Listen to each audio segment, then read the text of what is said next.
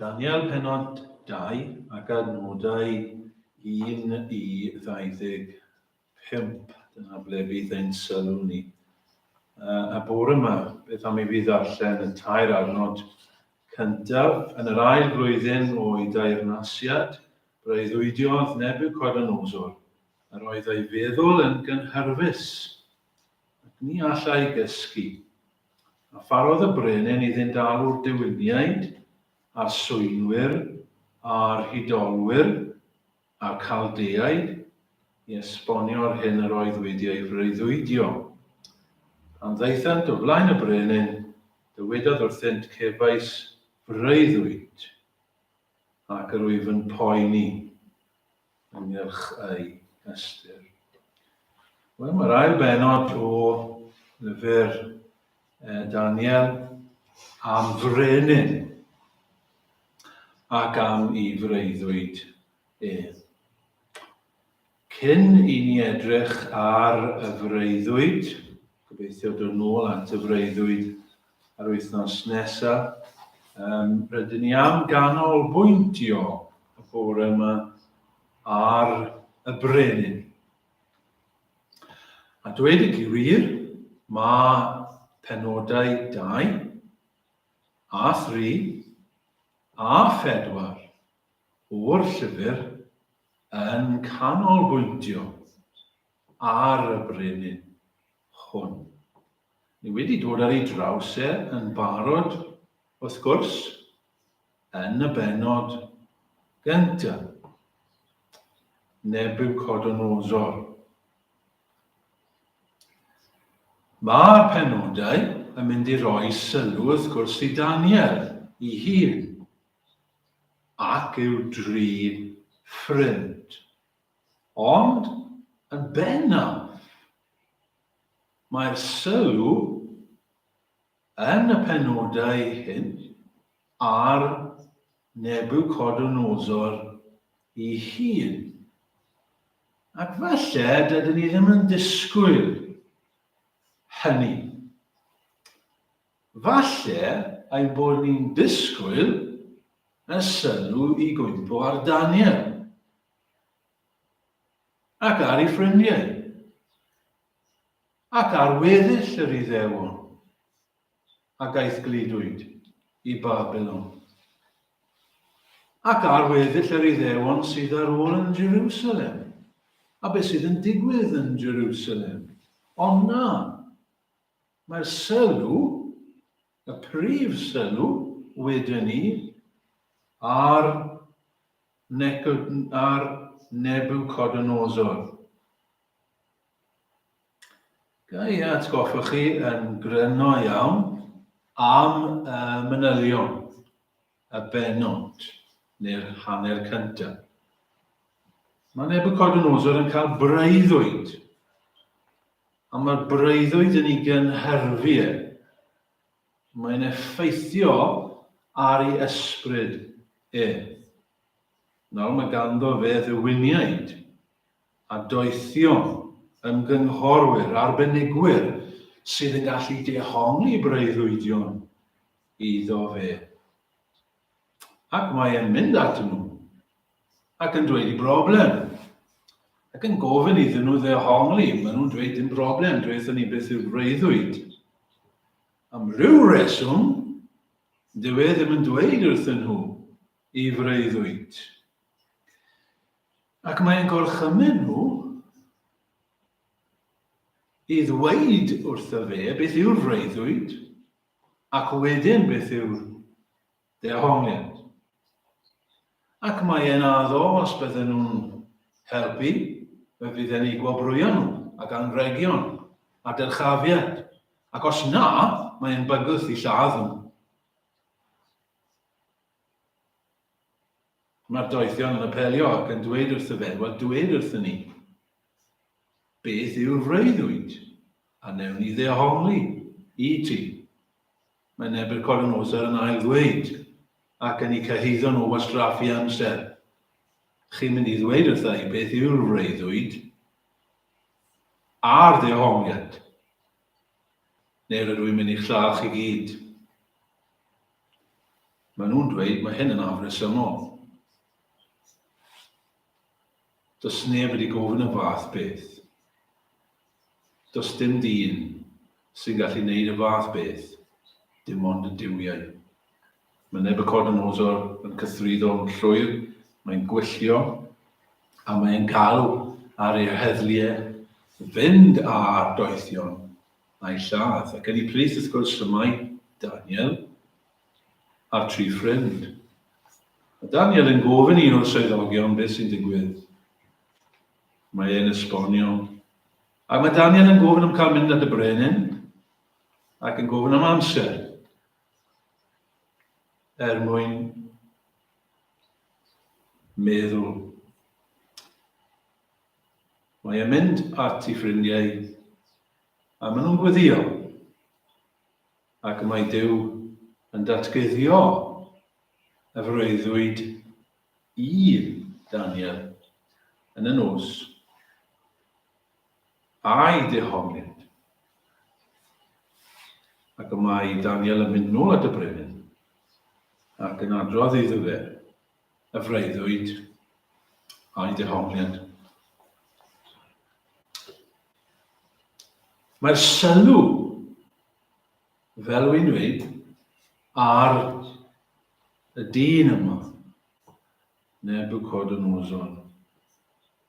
Fe yw'r dyn mwyaf pwysig yn y byd i gyd ar hyn o bryd. Fe yw'r dyn mwyaf dylanwadol yn y byd i gyd. Fe yw'r dyn mwyaf pwerus. Fe yw'r ymerawdwr. Dydy e ddim yn ddyn crefyddol. Dydy e ddim yn ddyn moesol. Mae ganddo fe ddiwiau, wrth gwrs.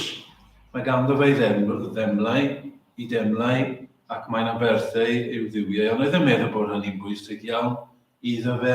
Dim ond un person sydd yn bwysig i Nebuchadnezzar, a fe ei hun yw hwnnw. Yn sicr, dyw e ddim yn credu yn yw y Beibl. Dyw e ddim yn addoli Dyw y Beibl. Does dim diddordeb gyda fe yn hynny i gyd. Ac eto chi'n gweld fe sydd fan hyn. Mae e yma. Mae e yma yn y Beibl. A mae e'n dioddef. A mae yna neges yn dod iddo fe.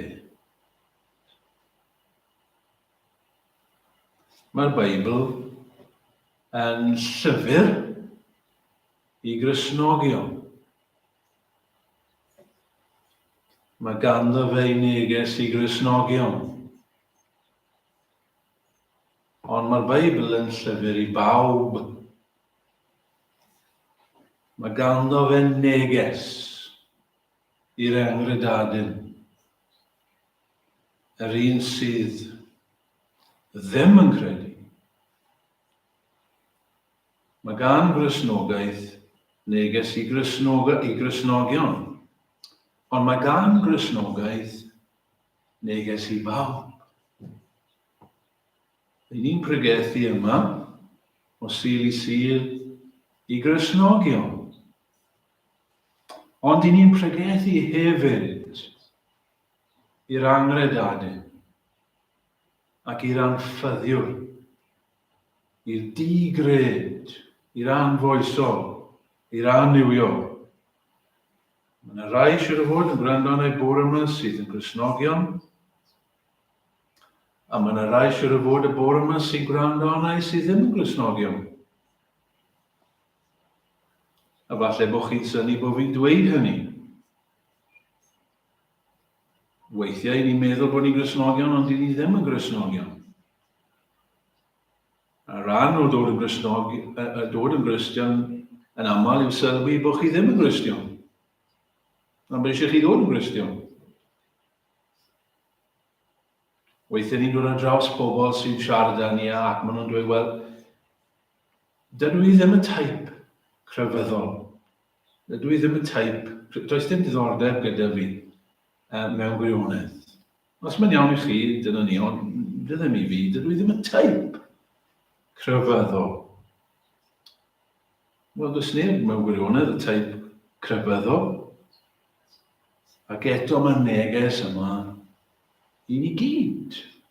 Na pam fi'n gallu sefyll fan hyn yn hyderus ac mewn unrhyw gapel arall neu unrhyw le arall o ran hynny yn ein gwlad.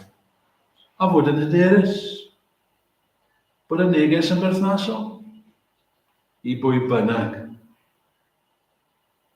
Mae Nebiwchodynosor fan hyn yn nodweddu, os licwch chi, pawb. Mae e'n cynrychioli dyn. Hynny yw y dynoliaeth, ynddo fe.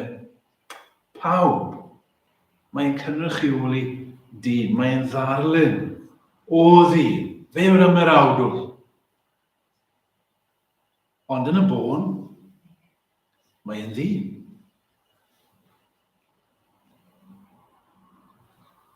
Ac yma mae'n dangos angen dybryd dyn. Cyflwr enbydus dyn. Poen a dryswch ac anobaith dyn. Mae Nebiwchodynosor yn enghraifft o ddyn, os licwch chi, yn ei holl ogoniant, yn ei holl gyflawnder, gyflawniadau, yn ei bŵer, yn ei allu, yn ei wychter, fe welon ni hynny pan ddown ni at y freuddwyd gobeithio. Fe yw'r pen o air. Mae e'n disgleirio. Mae yna rhywbeth gwych, ysblenydd am y dyn yma. Fe yw pen ymerodraeth Babylon. Yr ymerodraeth fwyaf welodd y byd yma. Yn ei holl ysblander. Chi'n gwybod am ddatblygiadau Babylon. Y gwyddoniaeth oedd yn Babylon. Y mathemateg oedd yn Babylon. Y celf, y technoleg. Y gerddi. The Hanging Gardens of Babylon. Un o'r 7 ryfeddod yn y byd. Fan hyn, ar amser Nebiwchodynosor. Roedd e'n wych. Roedd e wedi concro'r byd i gyd. Ac eto, dyw e ddim yn gallu cysgu. Gweithio fi fawredd, mae rhywbeth yn ei boeni hyn. Gweithio fi gyflawniadau a'i lwyddiannau mae rhywbeth yn ei drwblu Mae rhywbeth yn cynerfu tu fewn, yn ei enaid yn ei galon Does dim ateb ganddo fe i'r peth.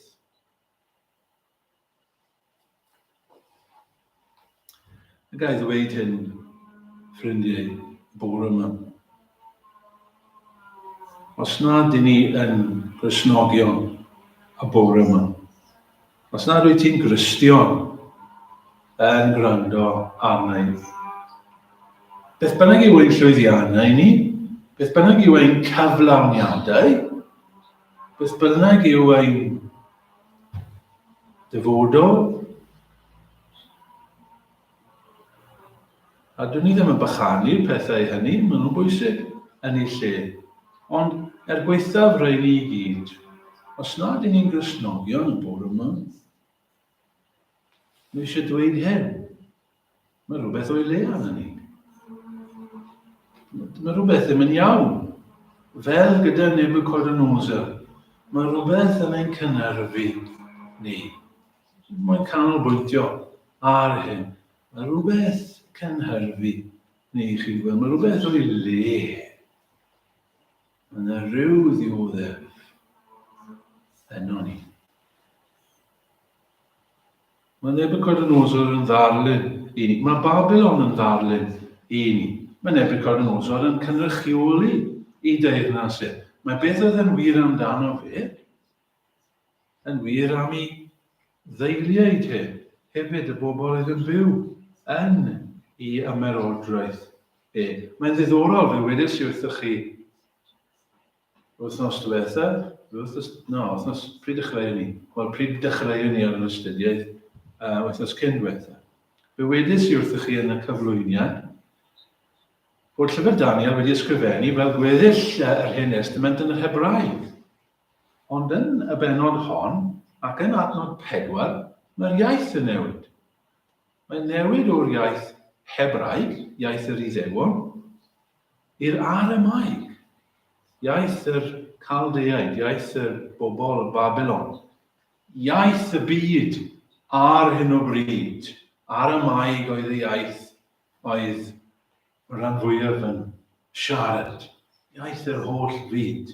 Mae'n newid yn adnod 4, a mae'n aros yn Aramaeg tan diwedd penod 7. Ac mae fel mae'r awdur yn dweud wrth y darllenwyr, a fi moyn chi rando ar hyn. A fi moyn i bawb ddeall. A chi bobl Babylon, fi moyn chi ddeall hyn. Dydy hwn ddim jyst ar gyfer yr Iddewon. Mae hwn ar gyfer y byd i gyd. Rymdewch arna. Mae'n neges i chi'r fan hyn. Dyma'r sefyllfa yn Babylon. Mae fel petai'r awdur yn dweud. Gweithaf y ffasad, gweithaf y tu fas, gweithaf yr ysblander i chi'n gweld o dan y wyneb. Mae rhywbeth yn mynd iawn. Mae yna ddioddef. Mae yna boen.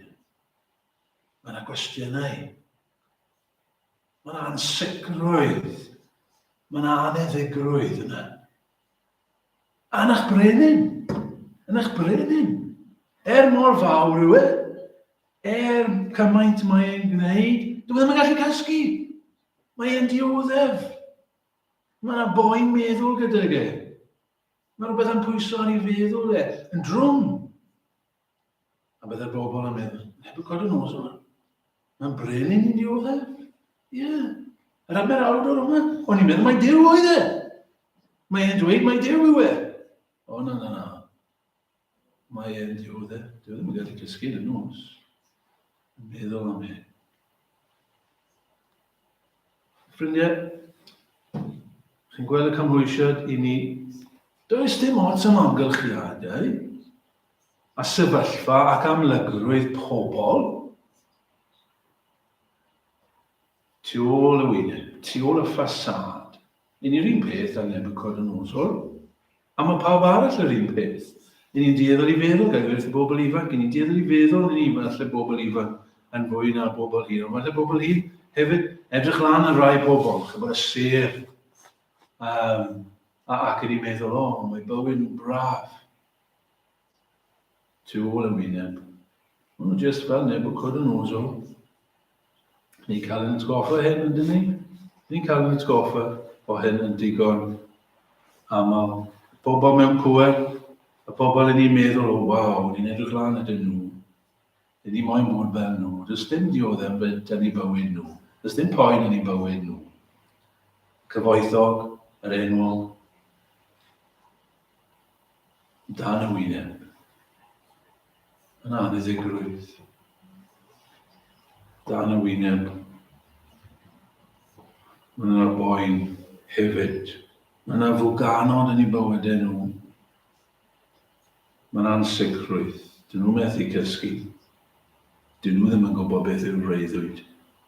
Chwaith. Ac yn ei darllen, dyn ni. Yn ei hunan gofiannau am hyn. A maen nhw'n dod yn ei cyfweliadau ac yn cyffesu hyn. Bod yna ofn yna dristwch yna. Beth yw'r broblem? Beth yw'r broblem hanfodol? Beth oedd yn bod fan hyn? Beth oedd yn bod gyda Nebuchadnezzar de? Wel yn y bod hyn, ffrindiau. Lle ydy yn mor syml am ei gallu. Doedd o ddim yn hapus. Dyna beth. Doedd o ddim yn hapus. Doedd o ddim yn fodlon. Doedd dim heddwch gyda fe. Oedd yn dioddau. Freuddwyd yma yn codi arswyd arno fe. Doedd ddim yn gwybod pam. Oedd rhywbeth yn ei boeni tu fewn. Ac oedd yn methu esbonio beth oedd e. Oedd y gwestiynau yn ei fywyd, yn ei feddwl e, yn ei enau e. Methu cael ateb iddo fe. Dyma galon y mater i ni hefyd. Gai ofyn cwestiwn. Cwestiwn syml. Cwestiwn syml. Ddim yn llawer. Falle bod rhywun yn gwrando. Ar y we. Neu ar y recordiad yma. Cwestiwn syml i ni gyd. Ydych chi'n hapus? Ydych chi'n hapus? Ydych chi'n teimlo'n ddiogel? Ydych chi'n fodlon? Gallwch chi ddweud gyda'r hen ymynydd Saesneg yna. It is well. It is well with my soul. Chi'n gallu dweud hynny y bore yma? Pawb yn dweud, wrth gwrs, wel, ie, wy'n hapus weithiau. Ydyn, ni gyd yn hapus ar y degau. Ydyn, wrth gwrs. Ond mae'n mynd yn dweud. Mae fel rhyw blanhigyn sydd yn dod ac yn mynd yn sydyn iawn hapusrwydd. Mae yna stori yn gan J.C. Ryle yn un o'i lyfrau am anffyddiwr yn dod i anerch torf o bobl un tro, anffyddiwr atheist. Ac oedd yn sefyll ac oedd yn siarad ar bobl ac yn dweithio ar bobl, os dim rhaid i chi credu yn Duw, dim rhaid i chi credu yn Iesu Grist, dim rhaid i chi darllen y Beibl. Mae hynny yn wastraff amser llwyr. Dydy pethau hyn ddim yn bodoli. Oedd yna hen wraig oedd yn gwrando, dath i'r blaen. A dyma'n dechrau siarad tra'r oedd y dyn yr anffyddiwr yma'n anerchydol. Ac yn gofyn y cwestiwn hyn iddo fe. Are you happy? Ac mae'n cario ymlaen. A mae hi'n cario ymlaen. Are you happy? Ac mae'n cario ymlaen yn trio anwybyddu. A mae'r hen wraig yn gofyn y cwestiwn. Are you happy? Ac oedd yn cael digon o hyn, yn trio cario ymlaen ac yn trio dweud wrth y wraig. Doedd e ddim yma i siarad am hapusrwydd. Mae'r wraig cario ymlaen, are you happy? Ydych chi'n disgwyl i ni rando ac i wneud beth i chi yn gofyn. Ond i ni'n gofyn y cwestiwn i chi, ydych chi'n hapus? Ac yn y diwedd, roedd rhaid i'r dyn roi lan. Achos roedd ei gydwybod ddim yn caniatáu iddo fe ateb yn onest i fod e'n hapus. A dath y peth i ben. Dyna'r cwestiwn, ffrindiau. Ydyn ni yn hapus? Neu ydyn ni fel Nebuchadnezzar? Weithaf i safle, rhywbeth yn ei gynharfu oedd yn dioddef yn ei enaid. Doedd e ddim yn gwybod beth oedd yr ateb. Oedd e moyn rhywun i esbonio iddo fe. Ond oedd e, ac oedd e'n mynd yn ddig. A mae hynny'n gallu bod yn wir i chi'n gweld, bod ni'n gallu mynd yn ddig. A ni ddim yn gwybod pam ni'n mynd yn ddig. Mae'n mynd yn ddig gyda'r dywiniad. Yma, pallu esbonio, ffili esbonio iddo fe. Mynd yn grac. A dyn ni'n mynd yn grac weithiau. Falle chi'n mynd yn grac gyda'ch rhieni. Neu mynd yn grac gyda'n plant. A ni ddim yn siŵr pam ni'n mynd yn grac. Ond dyma reswm, mae rhywbeth o'i le tu fewn i ni. Mae'n ansicrwydd y tu fewn. Oherwydd y freuddwyd i ni'n cael, a does neb yn gallu dehongli i ni. Mae rhywbeth ddim yn iawn. Ac yn ni'n ofni. Ac bwy droiodd Nebuchadnezzar i gael help? Wel, fe droiodd at y dywiniaid. Y digon o reini yn dod chi'n sylwi a pharodd y brenydd i ddal o'r dywiniaid, a'r swynwyr, a'r hudolwyr, a'r caldeaid. Digon o bobl oedd yn gallu helpu e. Wel, i fod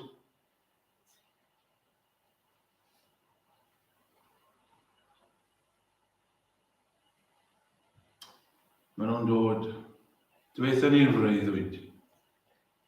Wy ddim yn ei ddweud. Pam oedd e'n gwneud hynny? Oedd e wedi anghofio'r freuddwyd? Mae rai yn dweud siwr o fod oedd e wedi anghofio'r freuddwyd. Wel, falle, fi dieddol i feddwl hanner a hanner. Chi'n bod fe mai gyda breuddwydion. Chi'n cofio peth, ond y peth yw y dylanwad mae'n cael arnoch chi. A fi'n credu oedd Nebuchadnezzar yn deall fan hyn. Mae'r dywiniaid yma yn glyfar iawn. Maen nhw'n gallu rhoi atebion amwys i fi, feg. Ond wy'n mynd i weld, mae peth yma mor bwysig, mae'r peth yma yn trwbl fi gymaint. Fi moyn i nhw brofi bod nhw'n gallu dehongli. A dyma sut nhw'n mynd i brofi i fi bod nhw'n gallu dehongli. Maen nhw'n gallu dweud i fi beth yw'r freuddwyd. Os ych chi mor clefer yna, os ych chi'n dywiniau, gewch chi ddweud wrthai beth yw'r freuddwyd gynta, wedyn byddai'n gwybod bod eich dehongliad chwi yn iawn. Maen nhw'n arswydo, wrth gwrs. Dim ond y diwiau sydd yn gallu gwneud hyn. A mae hyn mor gyfoes sydd ydy i ni. Mae mor berthnasol i ni, y pwynt yma. Mae yna ddigon o ddiwyniaid i gael yn ein cymdeithas ni. Digon o arbenigwyr, digon o ddoethion, digon o bobl sydd yn gallu ymgynghori, gallu rhoi cyngor i'r llywodraeth. Digon o bobl i ni'n gallu troi atyn nhw am arweiniad. Digon o seicolegwyr, digon o gymdeithasegwyr, digon o bobl yn ysgrifennu erthyglau ar y we, digon o bobl yn rhoi podcasts a'i rhaglenni a pobl yn troi atyn nhw mwyn cael cyngor, mwyn cael atebion. Digon ohonyn nhw i gael y dyddiau yma. Ond ydyn nhw'n gallu gwneud chi'n hapus? Ydyn nhw'n gallu dehongli y freuddwyd? Ydyn nhw'n gallu dweud wrthych chi beth yw'r freuddwyd? Ydyn nhw'n gallu symud yr ofn? Ydyn nhw'n gallu symud y cywilydd? Ydyn nhw'n gallu symud yr eogrwydd sydd yno ni? Ydyn nhw'n gallu delio'n calon ymateb? Ydyn nhw'n gallu delio'n calon ni? Ydyn nhw'n gallu esbonio y freuddwyd i ni? Ni'n gwybod ateb yn methu. Dyn nhw ddim yn gallu. Dywiniaid i nhw. Fel gyda Nebuchadnezzar. A mae yna ddiwyniaid ffrindiau hefyd cyn gadael pwynt yn yr eglwys. Beth dwi'n meddwl? Pobl fel hyn sydd yn sefyll mewn pwlpidau yn ein gwlad ni. Ac yn siarad yn hiawd llawer ohonyn nhw. Ond dyn nhw ddim yn gwybod. Dyn nhw ddim yn gwybod beth yw'r freuddwyd. Dyn nhw ddim yn gallu mynd i galon y mater. Roedd yna un wythnos hyn, wythnos diwetha, glwsych chi amdano fe, un o'r dywiniaid yma. Esgob yn Lloegr, a fe wedodd e, Our Father, dechrau'r weddi'r arglwydd, Our Father is problematic, medde fe. Dyna ei, Our Father, mae'n achosi problem i ni. Ie, na fe. Fel mae Genesis yn problematic. Fel mae nefoedd ag iffer, wel nefoedd yn iawn, ond iffer yn problematic. Fel mae barn yn problematic, fel mae pechod yn problematic. Dewi. Pobl yn gwrando. Dewi. A rai yng Nghymru hefyd. Dyn nhw ddim yn gofyn, neu ddim yn gallu ateb y cwestiwn, sut allai fod yn garwedig? Dyn nhw ddim yn gwybod. Sut allai cael heddwch a Duw? Dyn nhw ddim yn gwybod. Mae hynny'n dod yn ei at wir galon y mater. Does neb yn gwybod.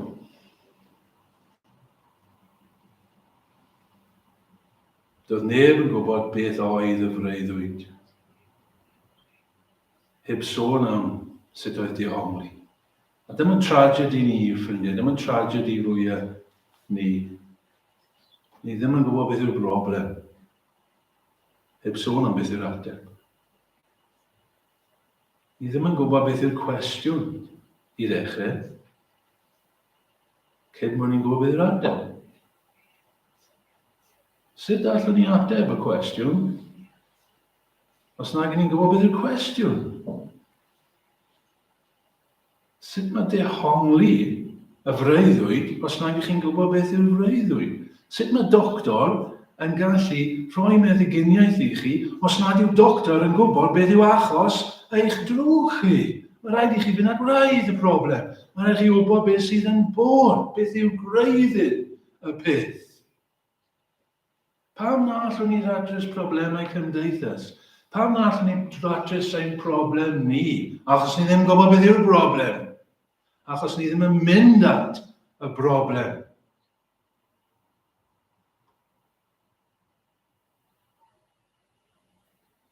Doedd neb yn Codonosor ddim yn gwybod, a does neb yn gwybod beth yw'r broblem chwaith. Pam dyw seicolegwyr ddim yn mynd i ddatrys problemau di?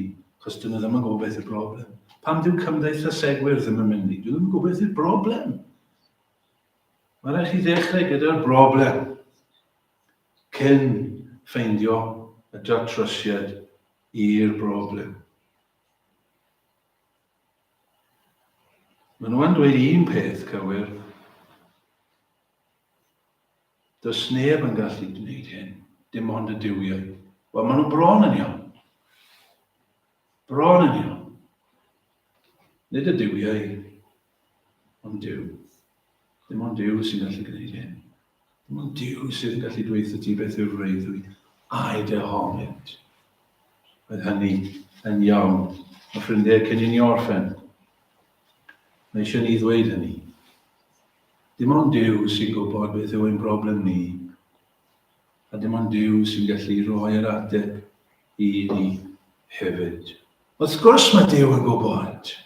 Wrth gwrs mae Duw yn gwybod beth yw'r broblem. Wrth gwrs mae Duw yn gwybod beth yw'r freuddwyd. Duw sy'n wedi creu ni. Dyna'r ateb yn dyfe. Mae mor syml pan i chi'n meddwl amdano fe. Y creawdwr. Mae'r creawdwr yn gwybod. Fe yn gwnaeth, ac nid ni ein hunain. Mae eisiau ni fynd nôl at ein creawdwr a gofyn y cwestiynau cywir. Beth yw'r cwestiynau cywir? Pwy ydw i? Beth ydw i? Pwy am wnaeth i? Ble dwi'n mynd? Beth yw pwynt bywyd? Beth sy'n mynd i ddigwydd i fi pan wy'n marw? Dyma'r cwestiynau. A dim ond Duw sy'n gallu rhoi'r atebion yn ni. Mi eisiau Daniel an ni. Oedd eisiau Daniel an Nebuchadnezzar. Ni ddim wedi meddwl lot am Daniel, ond mae'n mynd i ddod. Daniel yn mynd i ddod, a mae Daniel yn mynd i ddweud yn fi. Mae yna Dduw yn y nefoedd sy'n gallu gwneud hyn. Mae'n gallu dweud wrth y ti Nebuchadnezzar beth yw'r freuddwyd. Ac mae'n gallu dweud wrth y ti beth yw'r dehongliad hefyd. Ffrindiau, dyma'n braint ni. Mae yna Dduw yn y nefoedd sydd yn ei nabod ni. Sydd yn gwybod beth sydd o'i le arno ni. Sydd yn gallu datgyddio i ni. Fel roedd Daniel yn gallu datgyddio i Nebuchadnezzar. Mae wedi datgyddio i ni fan hyn. Fan hyn. Yn ei air ac yn ei fab Iesu Grist. Mae e'n datgyddio i ni. Beth yw'r broblem? A beth yw'r datrysiad i'n problem ni hefyd? Mae e'n gwybod pam ni ddim yn hapus. A mae e'n gallu gwneud ni'n hapus. O'n i'n gwrando ar raglen yn ystod yr wythnos. Bernhard Lange. Rhaid i chi siŵr o fod wedi clywed am Bernhard Lange. Nôl yr 80au, 90au yn golffwr enwog. Mae dal yn fyw ac chwbod yn filiwnydd erbyn hyn. Golffwr llwyddiannus iawn. Ac oedd e'n rhoi dystiolaeth ar y raglen ar YouTube weles i. Ac o'n i wedi clywed bod Bernhard Lange yn Gristion, ond dwi ddim yn siŵr. Ac o'n i falch i glywed e'n siarad. Ac oedd e'n siarad am nôl yn 80au, dyn ifanc, y golffiwr, a newydd ennill y Masters yn canol 80au. A popeth gyda fe newydd briodi llwyth o arian, golffiwr mwyaf llwyddiannus yn y byd i gyd, ond yn gwybod bod rhywbeth ar goll yn ei fywyd. Na fe, gwybod bod rhywbeth. Fywyd, there's a void in my life. A void in my life. Rhywbeth ar goll. Bod e top y byd fel petai. Fel Nebuchadnezzar. A rhywun yn dweud wrtho fe, rhywun yn gwahodd ei ddod i Bible study. Ydyn nhw'n gwybod beth oedd Bible study. Ond fe ath e i'r Bible study. A rhywun yn esbonio Ioan 3. Am Nicodemus. Rhywun arall a ddaeth at Iesu. Ac oedd e yn gwybod oedd rhywbeth yn wrong. Ddim yn siŵr beth. Ond Iesu Grist yn dweud wrtho fe, mae rhaid ti gael dy aileni. Mae beth sydd yn bod, Bernard Langan dod i weld. Bod eisiau Duw arno fe. Bod eisiau Iesu Grist. Ac oedd yn hyfryd clywed e yn dweud bod e wedi dod at Iesu Grist. A mae dal yn rodio gyda yr anrwydd. Chi'n cofio geiriau Awstyn, Cristion o Gogledd Affrica mewn y 4edd ganrif. Ti yn creu starnwydd dy fwy. Ac y mae ein heneidiau yn ddiorffwys, nes sydd yn ffeindio ei gorffwys yn o ti. Dyna ni, ffrindiau. Mae rhaid i ni ffeindio'n gorffwys. Our rest in ddi. Dyw ar oedd y ras i ni. I geisio Dyw. A'n holl galon. Amen. Pedwar